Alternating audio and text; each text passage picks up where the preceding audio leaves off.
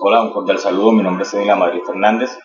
Este es el video número 2 para el curso de Arquitectura de TI y de la Solución de la Maestría en Gestión de Tecnología de la Información en su fase 2, apropiación de los conceptos fundamentales de estilos de arquitectura de aplicaciones. El video, básicamente es hablar sobre los estilos de arquitectura elegidos por nosotros, más sin embargo, yo quise tomar unos conceptos eh, previamente que son muy importantes a la hora de, de abarcar el tema de los estilos.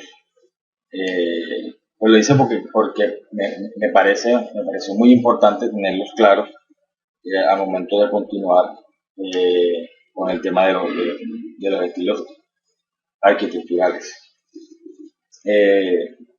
Básicamente, nosotros vemos la arquitectura de los sistemas de información aquí en un pequeño resumen, como una estructura, donde primero encontramos la definición de la arquitectura, la definición de los scopes, identificación y análisis de los principales stakeholders y los requerimientos y drivers de arquitectura. Ya. Esta es como una pequeña parte introductoria para continuar con el tema de los estilos. Entonces, hablando de la definición de arquitectura de software, encontramos que la arquitectura de software es un conjunto de decisiones significativas sobre la organización de un sistema de software que define los principios que guían el desarrollo, los componentes principales del sistema, las responsabilidades y la forma en que se interrelacionan.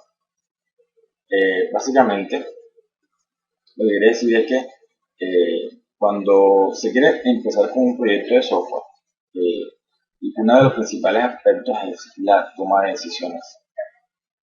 Decisiones de alto grado de impacto para el desarrollo del software. Ya, cuando se toman estas decisiones, es como el punto de partida al momento de crear la arquitectura del software, que es cuando decidimos qué componentes van a ser parte de nuestro sistema, qué responsabilidades van a tener y cómo se relacionan entre ellos. Cuando hablamos de la parte de principios, es cuando hablamos de las políticas que se van a implementar, los estándares de calidad del producto, estilos arquitectónicos, etc. En ese aspecto de los principios, pues, tocamos los puntos de los estilos arquitectónicos, que es el tema de este video.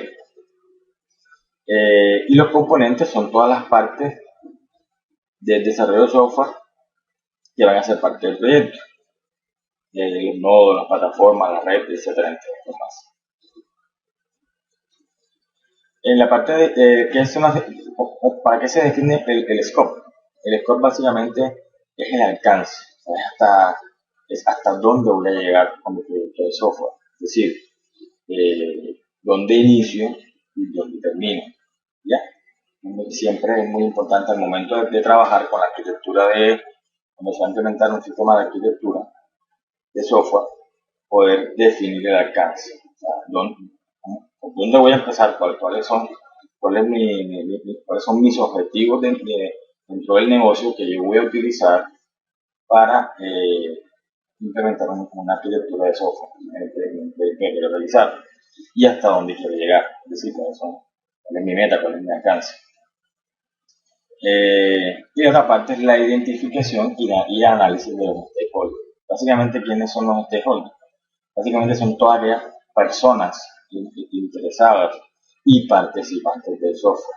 No solamente hablamos de stakeholders como, digamos, todos esos actores dentro de una empresa que van a recibir algún beneficio económico, por decirlo de alguna manera, al implementar un proyecto de software dentro del modelo de negocio de la empresa, sino que dentro de los stakeholders se tienen que incluir a todos. Muchos proyectos de software cometen el error que no incluyen dentro del análisis a aquellas personas que hacen parte de la operación o las personas que van a ser encargadas de la administración del proyecto. Y resulta que estas personas se terminan dando mucha más información importante que los mismos interesados del negocio. Y bueno, en la parte ya de los requerimientos de arquitectura, encontramos tres aspectos fundamentales que son los requerimientos funcionales, los atributos de calidad y las restricciones. Estos aspectos son los aspectos que llevan a la toma de decisiones arquitecturales, que es lo que cuando hablábamos de la definición. Son un conjunto de decisiones que se toman para la construcción de la arquitectura. Y estos aspectos que encontramos allí son muy importantes al momento de realizar los requerimientos. Los atributos de calidad también son reconocidos como atributos no funcionales del sistema. Entonces, básicamente, los requerimientos funcionales es lo que el sistema debe proveer, definen lo que necesitan los stakeholders del sistema, es el qué, más no es el cómo. Es decir, qué es lo que el sistema debe hacer, para qué fue creado, ¿ya? Ese básicamente son los requerimientos funcionales. Es lo que debe hacer, más no es cómo lo debe hacer. Estos se desprenden del diagrama del contexto del sistema, donde se muestra el sistema globalmente y sus interacciones. Un diagrama que se debe construir donde se muestra, digamos, a grandes rasgos cómo va a estar creado el sistema, cómo va a funcionar, cuáles van a ser sus componentes y cómo van a interactuar. También se muestran qué actores van a ser parte de esta arquitectura, ya sean actores internos o externos del sistema. Se crean los flujos de entrada y de salida. Una vez establecido el contexto del sistema, se definen los work products o entregables del sistema, que pueden estar dados en procesos de negocio o en casos de uso. Los atributos de calidad, como decíamos, que también conocidos como los requisitos no funcionales, representan los requerimientos del cómo. Ya acá hablamos del cómo. No funciona en los funcionales hablamos de qué debe hacer acá es cómo, ¿ya? Cómo el sistema va a funcionar. Es decir, cómo va a trabajar el sistema para poder lograr que funcione. Encontramos varios aspectos, quise resaltar los aspectos más relevantes, por ejemplo, como el performance, que es la capacidad de respuesta a los eventos del sistema. Este es un punto, es decir, ¿qué necesito yo o qué me debe garantizar mi sistema para que cuando haya una petición el sistema me responda? ¿Ya? Entonces, es la capacidad de respuesta que va a tener mi sistema.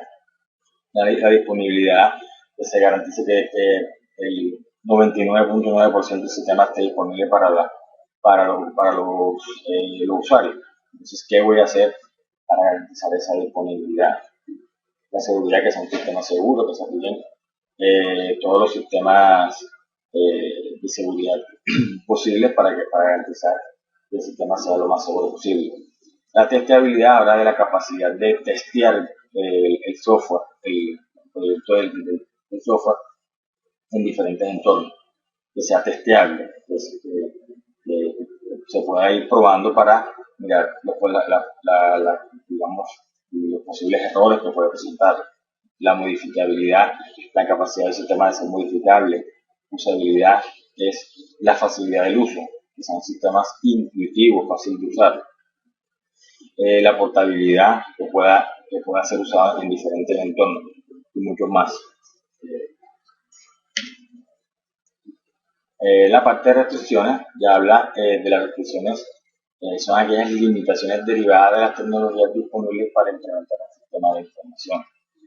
Es decir, unas arquitecturas son más recomendables de implementar con ciertas tecnologías, mientras que otras tecnologías no son aptas para determinadas arquitecturas. Es decir, dependiendo del tipo de arquitectura que yo elija para el proyecto, después de hacer un análisis, hay ciertas restricciones de qué puedo y qué no puedo usar dependiendo de esa arquitectura.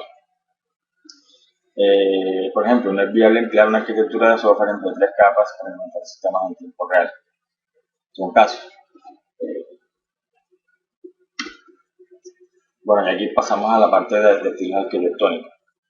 El estilo arquitectónico define una familia de sistemas en términos de patrones estructurales, de control, de comunicación, de interrelación, que describe un conjunto de componentes con responsabilidades.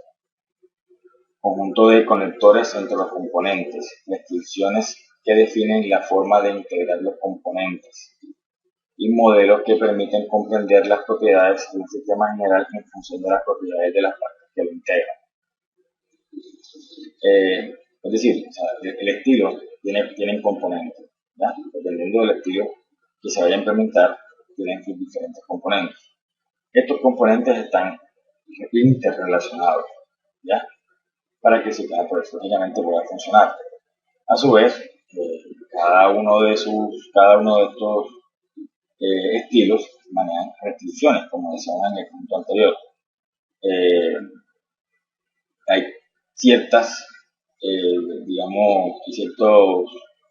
métodos o tecnologías que no se pueden utilizar en ciertos tipos de arquitectura. Bueno, una arquitectura de software puede basarse en uno o varios modelos de estilos arquitectónicos conocidos. Es decir, pueden integrar los componentes de diferentes estilos para la propia arquitectura. Cuando se crean sistemas de proyectos de software, se puede basar en un estilo como tal, o se pueden utilizar estilos que se puedan fusionar. Por ejemplo, el estilo cliente-servidor, muchas veces, en algunos casos se puede utilizar, pues se pueden encontrar en un proyecto de software que en ciertos aspectos se puede utilizar el estilo de capas y en una parte del proyecto también se puede utilizar el estilo de cliente-servidor. ¿Ya? Esa es la capacidad de que puedan fusionarse estilos. Entonces, para poder determinar qué estilos debo utilizar, es importante resolver estas preguntas. ¿En qué contextos aplica un estilo? Si yo voy a hacer un determinado proyecto de software, yo tengo que analizar si el estilo que yo quiero aplica para lo que yo voy a hacer. Que de nada sirve. Si voy a hacer un proyecto y resulta que el estilo que voy a coger no aplica. ¿Cuáles son sus ventajas? ¿Cuáles son sus desventajas? Y cómo se combinan con otros estilos. Es importante siempre desarrollar estas preguntas dependiendo del proyecto de software que se quiere realizar. Bueno, uno de los estilos arquitectónicos que se utilizan es la arquitectura monolítica. Es un sistema de aplicación donde todo su funcionamiento se desarrolla en un mismo bloque. Este tipo de arquitectura no es muy recomendable, ¿verdad? Debido a que como tal, el estilo en el cual se utiliza para esta arquitectura, al ser de un solo bloque, en la gran mayoría de los casos trae muchos inconvenientes. No en todos, en algunos casos se puede utilizar, pero, por ejemplo, cuando se utilizan desarrollos de software, donde se hace conexiones se hacen múltiples conexiones con bases de datos y todo el código se mantiene en una sola estructura. Al momento, por ejemplo, de hacer mantenimiento o hacer cambios sobre el software, o algo muy sencillo, simplemente si yo quiero cambiar de base de datos, se hace algo bastante complicado, porque toca entrar al código como tal y revisar todo el código uno por uno para poder hacer, digamos, los cambios de las conexiones o de las diferentes consultas. Entonces se hacen unos sistemas difíciles de mantener, son muy poco escalables y tienen muy baja cohesión. La cohesión es estructurar los códigos con alta responsabilidad y alto nivel de acoplamiento. Es decir, que cuando hay los proyectos de software que utilizan pequeños códigos o son tan bien estructurados, manejan un alto nivel de presión. Como en este caso, este tipo de arquitectura, todo se maneja en un mismo bloque, la presión es muy baja. Y, por ejemplo, las migraciones a otras tecnologías también se hacen muy difíciles. Otro estilo que hay en común es el de tuberías y filtros. Básicamente, este es un estilo donde hay una entrada de información principal, un bloque de datos. Podemos hablar, por ejemplo, de un listado de empleados que se le va a pagar la nómina. Entonces, ese listado de empleados se va a ir tomando por cada uno de los diferentes filtros va pasando. Entonces, en el filtro 1 le toma una información de cuántas horas trabajó, por ejemplo, el empleado al mes y se le paga por hora, o cuántas horas extra hizo, por ejemplo, y se pasa al otro filtro, y al segundo filtro, por ejemplo, se pasa cuál es el salario básico, para hacer el cálculo, por ejemplo, de pagos de, pagos de seguridad social, por ejemplo. Entonces, en el filtro 3 se trabaja la parte de horas extras, en el filtro 2 se trabaja la parte de seguridad social, ¿ya? Cada uno de los filtros va haciendo sus cálculos, por decirlo de alguna manera, y el filtro 4, el filtro 4 que recibe, debe recibirlo. Al filtro 4 solamente le interesa recibir los parámetros que le manda el filtro 3 y le manda el filtro 2, lo toma, pues, sigue haciendo su análisis de datos, y así va pasando filtro por filtro hasta que al final arroja los resultados que necesita, pues, la persona que está manejando el sistema. Este es un sistema muy funcional. Tienen un nivel alto estos sí tienen un nivel alto de cohesión porque sí, se manejan bloques estructurados de código, ¿ya? Casi cada bloque maneja sus propios, digamos, su propia lógica, y por ejemplo, podemos realizar movimientos, es decir, en el filtro 3 yo puedo hacer cambios únicamente para el filtro 3, siempre y cuando los parámetros que recibe el filtro 4 no sean afectados, ¿ya? Pero al filtro 4 no le interesa si yo hago un cambio en el filtro 3 o hago un cambio en el filtro 2, porque a él lo que le interesa es recibir los parámetros que él necesita para seguir procesando la información, ¿ya? Por eso es que se llama tuberías de filtro, porque es como si la información viajara por unas tuberías entre cada uno de los filtros. Es un sistema, pues, porque es muy flexible, porque es muy flexible a los cambios, por la manera como está estructurada, y es de fácil mantenimiento. Otra arquitectura que encontramos es la arquitectura por capas. Esta es una arquitectura que tiene ciertas similitudes con el de tuberías de filtro, pero en esta arquitectura las capas inferiores solo le brindan servicios o parámetros a su capa superior. Hay ciertos casos donde una capa inferior puede brindarle información a dos capas o tres capas superiores, pero son casos muy particulares. Pero en sí, como tal, la arquitectura se basa en que las capas inferiores le brinden servicios o parámetros a sus capas superiores. Las capas pueden ser interfaces que van procesando datos y pasando a las otras capas. Estas interacciones por lo general son invocadas por métodos. Es decir, en cada capa se van realizando, se van procesando datos que van a ser utilizados por las capas superiores.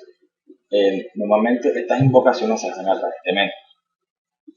Este estilo desarrolla aplicaciones a través de módulos donde en cada uno se puede ir agregando funcionalidades adicionales al sistema. En cada una de las capas se pueden ir agregando funcionalidades, ¿ya? A medida que va avanzando en las capas, pueden ir trabajando funcionalidades diferentes.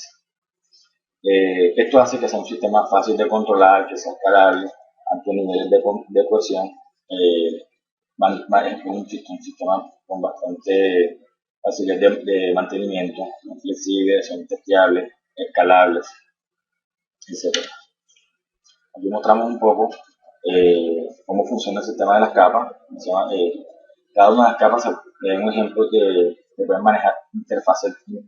Cada una maneja lo que son unas interfaces de aplicación, y desde la parte de la parte inferior van pasando a cada una de las capas, va pasando eh,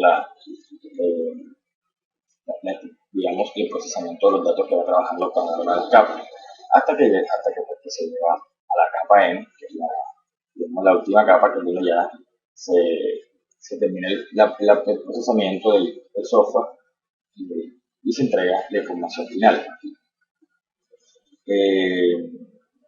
Por este tipo de capas, por este tipo de arquitectura, son arquitecturas que tienen tendencia a que sean más seguras.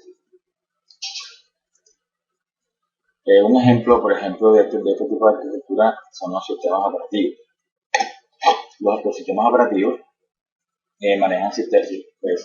manejan una arquitectura en capas, donde hay una capa que maneja la parte de aplicaciones y tiene unas capas que van manejando el manejar de los dispositivos, y hasta que se llega ya al núcleo del sistema operativo, ¿ya? Entonces, digamos que los sistemas operativos, al manejar este tipo de arquitectura en capas, manejan cierto alto nivel de seguridad, ¿ya? Al momento de la parte, pues básicamente, como digamos aquí en la gráfica, que maneja desde menos privilegios hasta más privilegios en la parte, pues, del uso del sistema operativo como tal. Otro sistema de arquitectura es el de dirigidos por eventos. Este está conformado por un conjunto de subsistemas y un componente manejador de eventos. Los subsistemas se registran en el manejador de eventos para que administre o maneje los eventos particulares de cada subsistema, y a su vez informe de los eventos generados a los subsistemas interesados. Es decir, este tipo de arquitectura maneja un componente que es un manejador de eventos principal. Este manejador de eventos básicamente lo que es que se comunica con se acopla con diferentes subsistemas, y básicamente lo que hace es escucharlos y los eventos de cada uno de sus subsistemas, le mantiene la información, y si ese evento le interesa a alguno de estos subsistemas, pues simplemente lo que hace es que coge ese evento y se lo hace saber al otro subsistema. En un caso, digamos, un ejemplo como tal podría ser, por ejemplo, en una universidad, un sistema de matrículas y un sistema, por ejemplo, de pagos. Entonces, puede haber un sistema de pagos y un sistema de estudiantes matriculados. Entonces, cuando al sistema de pagos le entra un pago, al sistema de matrículas de estudiantes le interesa saber cuándo ese estudiante pagó. Entonces, ¿qué hace el sistema de pago? Le avisa al manejador de eventos: mira, el estudiante XY ya pagó. Entonces, ese manejador de eventos coge ese evento que le están mandando y se lo manda al de matrícula y le dice: mira, ya el estudiante XY realizó el pago de la matrícula, ya puede ingresar, ya puede estar matriculado, ¿ya? Entonces, es un ejemplo entre muchos casos. Este sistema maneja un nivel de cohesión alto, es flexible, testeable, y es un sistema con nivel bajo de inteligencia. Se puede considerar como una desventaja. Básicamente, como muestra aquí en la figura, el manejador de eventos lo único que hace es, cada vez que uno de los subsistemas tiene un evento, se lo informa al manejador de eventos, y si ese evento le interesa al subsistema 2 o al subsistema N, él coge esa información, ese procesamiento de información, y se lo manda al subsistema interesado. Bueno, la última arquitectura con la que voy a hablar, que es una arquitectura, pues, que siempre me ha gustado mucho, es la de cliente servidor. Todos sabemos que esta es una de las arquitecturas que actualmente es la más utilizada en la creación de sistemas de software. Este es un sistema que se basa en servidores donde los clientes acceden a los servicios a través de la interfaz de usuario. Se establecen comunicaciones a través de protocolos de comunicación a través de una red, sea una red local, una red WAN, una red MAN o a través de Internet. Pero siempre se tiene que trabajar con un protocolo, por ejemplo, el protocolo HTTP. En el caso de cuando se utilizan bajo entorno web. En estos casos los clientes realizan peticiones y los servidores envían las respuestas a estas peticiones. ¿Ya? Hay otros casos específicos donde los servidores siempre mantienen informados a los clientes para casos de actualización. Por ejemplo, hablando ahora en el caso, por ejemplo, de los celulares, muchas veces nos damos cuenta que cuando tenemos aplicaciones montadas en los celulares que trabajan a través de la web, nos damos cuenta que en muchas ocasiones las aplicaciones nos piden, por ejemplo, que tenemos que actualizar el sistema, nos obliga, en un caso, por ejemplo, de WhatsApp, porque ya WhatsApp nos llega un mensaje, no, tienen que actualizar el sistema. Estos son sistemas cliente-servidor donde el servidor le está diciendo al cliente, mira, tenemos una nueva versión del sistema, tienes que actualizarlo. ¿Ya? Aquí pues mostramos la arquitectura cliente-servidor, cómo funciona. Básicamente es computadores tipo servidor, pues tienen que ser equipos con alto nivel de respuesta. Pues ya internamente se manejan ya arquitecturas de plataforma donde se define qué tipo de equipos son, si son equipos que van a trabajar con alto nivel de redundancia y cosas por el estilo. Esos equipos pues tienen que estar conectados a través de una red, ya sea internet, la LAN, como tal, y están los clientes. Los clientes hacen las peticiones y los servidores realizan la respuesta.